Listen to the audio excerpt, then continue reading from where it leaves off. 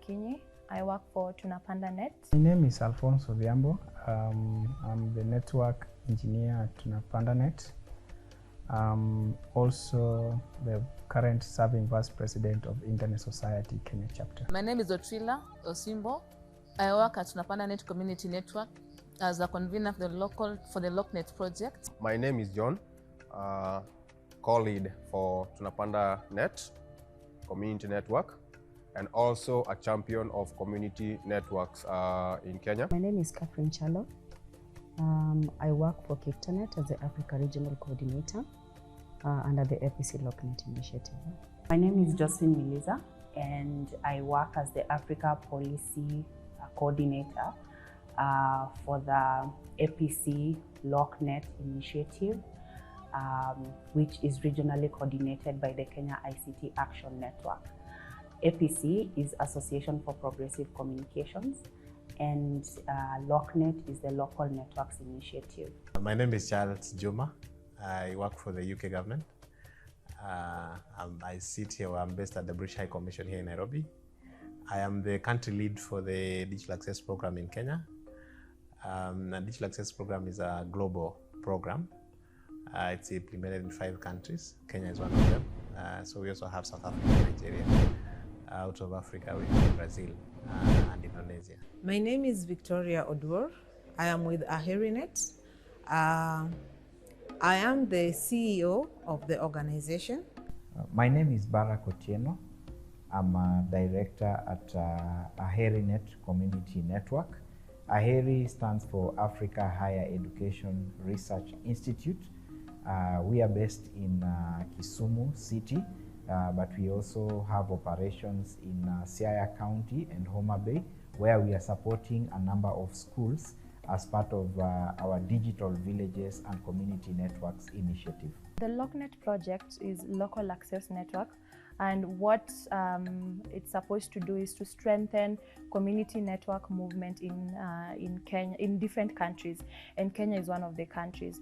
The LockNet project is also in South Africa, it's also in Nigeria, in the continent, and as a peer is leading or spearheading the work of strengthening this movement in the different countries. So for Kenya, we are 2 peers, and what we do is make sure that we engage the different community networks in curating a capacity building program that really tackles issues that are very specific to community networks. Community networks, I would say, are a bridge between the village and the global world. My role actually began with just designing the network and maintaining the network, and making sure that network services are up and running, until we, now I can say it is more than just doing the network, and even also getting to the societal values versus the internet architecture. So in short, I would say the network infrastructure space where I serve as a network engineer is more of like, what role does technology play in the community network space? And the initiative looks to build an enabling ecosystem for the growth of community-based initiatives or bottom-up connectivity initiatives.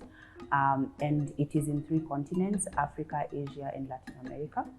In Africa, we are in Kenya, Nigeria, South Africa, Uganda, Malawi, and DRC. But we also support other projects in other countries such as Tanzania and Cameroon. So my role has been, I started off as regional coordinator supporting the peers, which Tunapanda was one of them, but have since transitioned now to focus more on policy advocacy. And that is where now we look to have discussions with policymakers and regulators to see how we can be able to create an enabling policy and regulatory environment for community networks across the region. But now here in Kenya, we work closely with the Communications Authority. And as many are aware right now, Kenya is one of the countries leading in championing for community networks, as we have an existing community network's license? So my work is basically to accompany community networks in the 6 support countries, the 6 countries that we support, which is Kenya, Uganda, DRC, Malawi, Nigeria, and South Africa. Yeah, so my work is to accompany them in seeding, growing, and sustainability of the community networks. So everything related to community networks, I accompany them. But mostly, my work revolves around peer strengthening, institutional strengthening, and learning exchanges. But also, my work covers, so basically in APC we have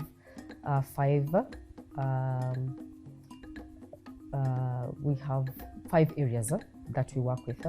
So the first one is institutional strengthening, and then there's peer learning. And then the second one is training and mentorship. The third one is policy and regulation. The fourth one is innovation and technology. And the fifth one is on gender. So basically my work is to accompany the peers, which is the community network that we support. What I do for the organization is to ensure that we have structures and that we ensure that as much as we are in the community, we are here to stay. So sustainability is one of the main aspects that we consider, so that we are not only a passing cloud, but we are providing services that are going to be here for a long, long time. I have seen progress with the with the work that we are doing with community networks in Kenya. We started with only 4 that seemed to operate in isolation. And since this local access network project, we have been able to identify 11 in total that are ready to deploy. Some of them have already deployed the infrastructure, and the others are just like preparing for deployment. In 2020, when we were starting this work, we did a mapping out of the community networks that exist in Kenya, and from our report, we found out we were able to we found out 7 community networks, and that was Dunia Moja community network in Kilifi in the coastal region of Kenya, Aheri Net community network in the lake region of Kenya, Athi community network in the mountain region of Kenya, same as Ngarwa Marifa Center, which is a project of ALIN, Arid Land Information Network.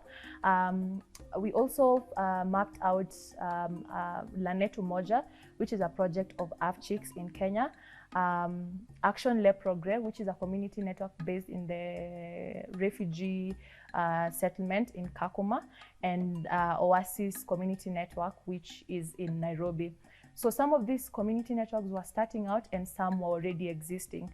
And we curated with them capacity building on how they can share information and exchange learning in terms of what it takes to build a network, what it takes to sustain a network, and what it takes to really solidify the community element of community network and also engage their community.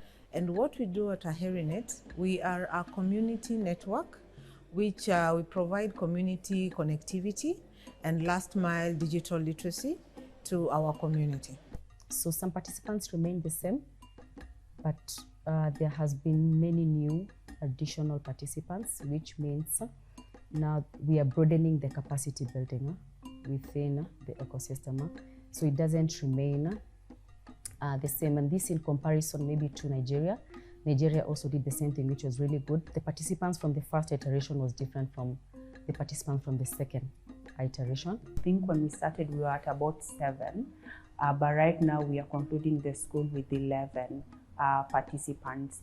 There's also been growth in terms of the communities of practice, which I think is important because the training itself, they do virtual trainings, and then they have the peer exchanges. The participants in Kenya and the ones in South Africa are similar in a way that the understanding of these topics around network infrastructure, policy, sustainability, local context, local content, like everything revolving around community networks, they have a wider base of knowledge, and like the other community networks, so maybe you find the participants are struggling a little bit with understanding, maybe they're still at the basic stage. Yes, they're still at the basic stage of understanding. So I would say the community network environment in Kenya is also advanced in terms of regulation. The fact that we already have a community network service provider license, the fact that we have, maybe not related to community networks, but affecting community networks. No, actually working for community networks, the Data Protection Act, maybe the framework for regulation of TV white space. We are also building this on another technology, which we previously, or which we're also promoting in Kenya, which is around the TV white spaces, which are basically the white spots on a TV broadcasting channel, especially the analog. Now that we migrated to digital, those white spots that you used to see on your TV channel, those white spots actually have capacity, and they've been proven in other environments, including in some of the developed countries, that they can actually provide last mile connectivity, broadband, last mile internet connectivity. So community networks come in handy for us, realizing the gaps that other internet service providers might not want to consider due to good reasons, including business cases. They can't justify some business models in some settings. But in our case, we have a development agenda. Governments have a public good that they want to deliver. So that is where community networks come in handy. Tunapandanet operates, as you know, it operates in a slum, that is Kibera. In Kibera, its dynamics are a bit diverse, like cutting across economic, social, and cultural beliefs and standards. And being a network engineer in such a space was also a challenging thing and motivating on the same time, because I got to think about a solution or a network that embraced the diversity and also bring together people irrespective of their backgrounds.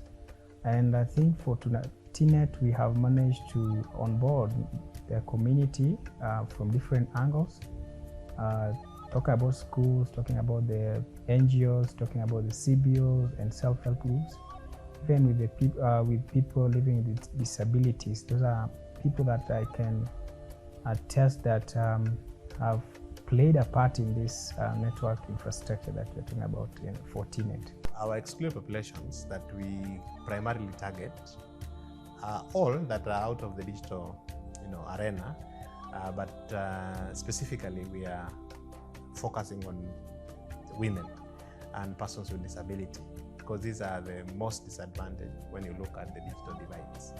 So that's what we exist as a program. Fast forward to 2022, we are working now with 11 community networks, and we have added 4 more community networks to our network. That is Siaya Community Network, that is based in Siaya County, and Kijiji Yetu Community Network, that is really widespread. They operate in Nairobi, but for the CN, it's based in Siaya County as well. And then we have GIV, that is Global Innovation Valley, that is based in the refugee settlement. And lastly, Nyokok, that is based in Turkana County. We have been able to create a movement that I'm glad is growing. Initially, I think we were looking at about 4 community networks, and there was a lot of fear about how the Communications Authority would embrace or would look at the work that we are doing. But I'm glad that the pioneers really stepped up and not only brought others on board, but also championed by participating in processes that, of course, were supported by organizations such as the Kenya ICT Action Network, the Association of Progressive Communication, and the Internet Society, to even create a licensing regime and recognition of community networks that we are currently enjoying. With 11 organizations coming together, you can try to see like there is a lot of energy coming together. There are a lot of skills that are being shared, and so far the emerging community networks have been able to make a good progress in terms of learning networking infrastructure, developing their businesses, developing their internal organizations, and also developing the internal team capacity, because that is very, very important in terms of sustaining these initiatives. And the fact that we have grown from 4 to 11 means that increasingly this is becoming an idea that is acceptable and palatable. And I believe the future is bright in that even if this phase of the projects comes to an end, it has created momentum that cannot be stopped. We can only be able to move forward, and I believe now we have a clear case and a proof of concept that can be supported not only by APC, but any other people that are interested in ensuring that the internet is for everyone. Because what I've seen this week from the 11 peers is they have content, but the only challenge is it's produced either in the wrong way or they don't know how to disseminate the content that they have. When you find the sessions, they grasp the sessions more. I think the other thing I would say is the structure of the school is amazing. I think having the sessions revolving around network infrastructure, local content, policy, and sustainability. Yes, so it makes the program more structured so that it's not all over the place. It's not over, and the fact that this has been carried on from the first iteration, so the issues remain the same, only that the solution, the advancement in the solutions are going deeply. The fact that we use participatory action research methodology has really helped out in making sure that the exchange, the learnings come from the community networks, because even as we're starting the trainings, we don't, or the mentorship or the exchanges with the community networks that we engage, we don't start from a place where they don't know anything. We recognize their expertise in terms of the understanding of the communities that they work with, and also expertise in terms of what they were doing even before we came in with the mentorship, and then try to really plug in their experiences, their learning to other upcoming things in the community network space. So it's really just making sure that conversation keep on going at a country, at a national level with regards to the community network movement, and also that we connect them with other players. What we essentially want to build is that a community where when they go back to their communities, they can still continue with the collaboration. And I think for me, in terms of achievements, that is something that this school through Tunapandanet has been able to achieve, in that we see more collaborations among the community networks. We see more awareness around the role that the CNs play in their communities. And then looking even now at the mentors that were engaged, on the trainers that were engaged for this particular program, I think the second iteration definitely much better. We see champions, like trainers who are coming in, not just as, offering training on technology, but real champions of community networks in the spheres that they exist in. See, Tunapandanet has actually worked very closely in something that now is more than a contract. It's kind of a partnership. And in that role, I play the role of a peer. In this case, peer is just to make sure that at the country level, we coordinate the LockNet project and make sure that we onboard and mentor other community networks that are coming up into this space, so that we can create a pool of knowledge, a transfer of knowledge, and make sure that at least at the end of it, we have more disadvantaged or more unconnected segments of the community getting into the online space meaningfully and safely. So in Kenya, for example, in catalyzing these models, we are catalyzing models around enabling of barriers. There are several barriers that are hindering digital inclusion. So some of the barriers, for example, include lack of affordable access to the internet in the rural areas or in some excluded spaces. There's also lack of literacy. There's also lack of relevant content. Then there's also lack of safety and security online. So those are the barriers that we try to address with this program. Giving an example, like when we went to Laikipia account, which is very far from here, we visited one of the community networks called ARLIN, or Arid Lands Community, Arid Lands Information Network.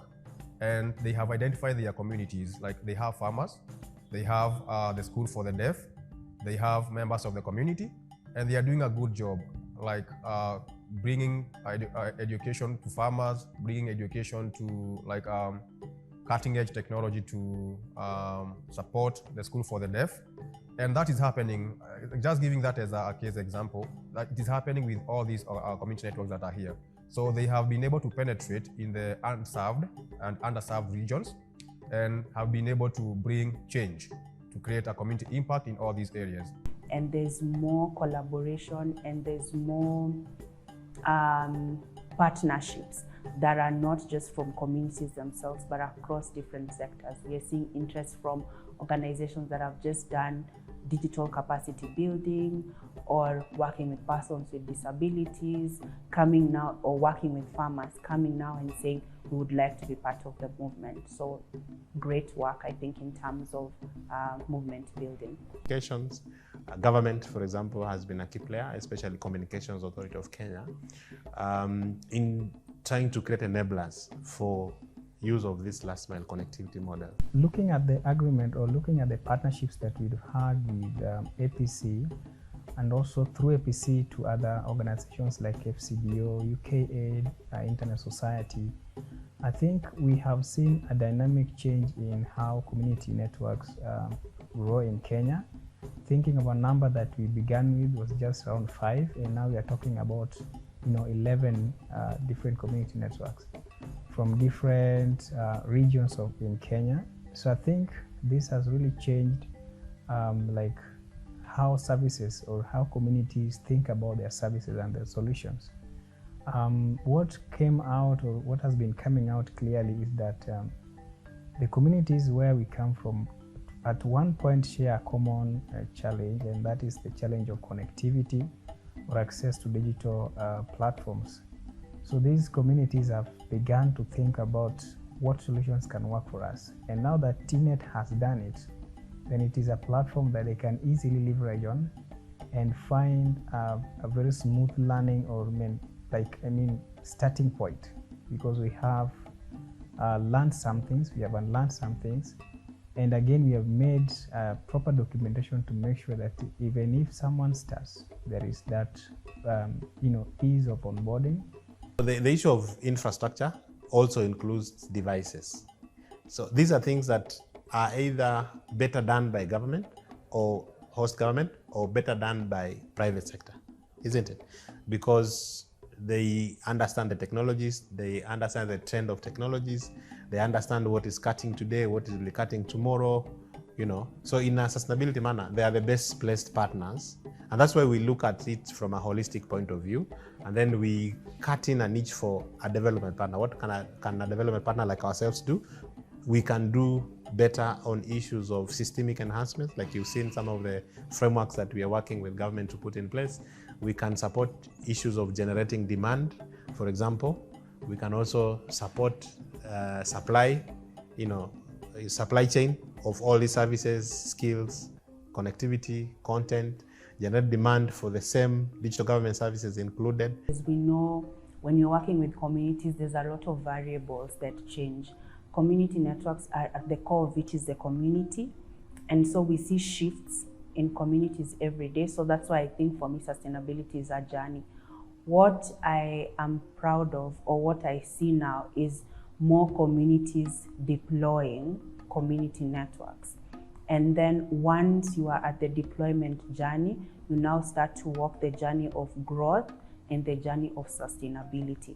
So where the CNs right now are, especially with the micros, I think they are now at a position where they feel confident that they can be able to deploy the network. But should they need any help, they know that, for example, they have a community of practice that just looks at network and infrastructure that they can look into. We have communities such as TunapandaNet, AheriNet, Dunia Moja, Lanetu Moja that have already deployed their networks. And so the micros come in the confidence that should we be stuck at any point, we can always reach out to these existing ones. Yes, this has been a really productive journey. It's been fun. Participants are very interesting. They are very engaging. They also, I would say, they want to learn more. In conclusion of this, I think I'm very passionate about sustainability.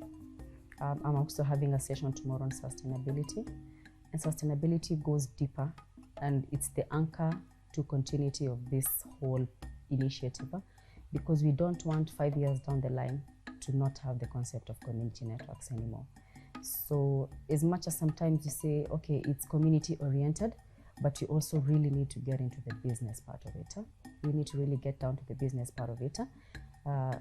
So sustainability, of course, we can say there's economic sustainability, there's structure, organizational sustainability, we have social sustainability, environmental, but I feel one of also the most important ones is financial sustainability, because that is the one thing that will help us with continuity of this initiative. For excluded populations that we primarily target are all that are out of the digital arena, but specifically we are focusing on women and persons with disability, because these are the most disadvantaged when you look at the digital divides.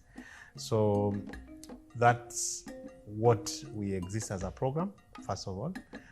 So in Kenya, to be specific to Kenya, so in Kenya, for example, in catalyzing these models, we are catalyzing models around enabling of barriers. There are several barriers that are hindering digital inclusion.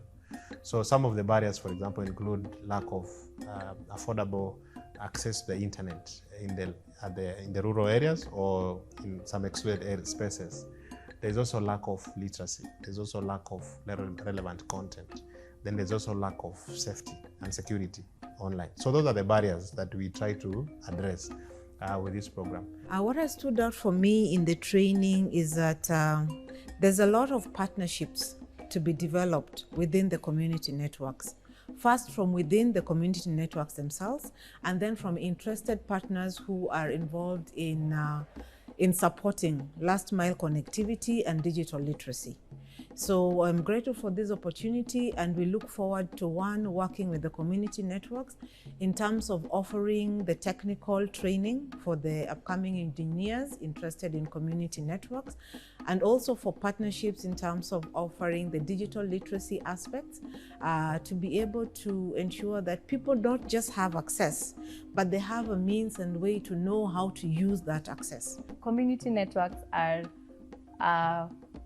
we are here to complement the efforts that other telecommunications have been doing since time memorial. We are here to make sure that areas that will not have been connected get the connection. And also we are here to make sure that there is meaningful access, because at the core of our work is also really seeing how the community is interacting with the internet, with the network. We are here to make sure that the community networks that are coming up understand the value of engaging the community to really own the network and to have a meaningful engagement with the network. Every time I look and reflect back when we started the project with the LockNet, I was just as me with relevance to maybe TNet. But now I feel that apart from just being a peer, a LockNet peer, I am also a mentor in this space, because someone look at me and can refer their work or their achievement or whatever they do to what we have done. So I think that has, for me, it is a big thing that I cannot take for granted, that as we work, as we do things, someone somewhere is sitting and appreciating our work and taking us as their role model. And I think should this thing continue with the same temperature, the same motive that we have, then we are seeing ourselves in a position where we will be, kind of a walking reference for community networks, and also just keep on, holding hands for everyone which is interested in community networks. And again, my success will be seeing the guys who went through the training as, let's say, my first-hand students, also training others on the same or similar projects, and those people also like becoming successful as they were. I think that will be really something I would love. I would say that if I would be given an opportunity to think about the government of Kenya and how now the devolved government is working, I would prefer the internet service be devolved to the communities as a service. My parting shot is that we are just getting started, and there's opportunity for different stakeholders to join the community networks movement. Looking at, for example, Tunapanda Net starting with 4 in 2020, which now got to 7, and then in 2022 at 11 micro-organizations that are either already operating community networks or interested. And to look at the fact that these are only in 7 counties, yet Kenya has 47 counties. So we have 40 more counties to get the community networks movement in.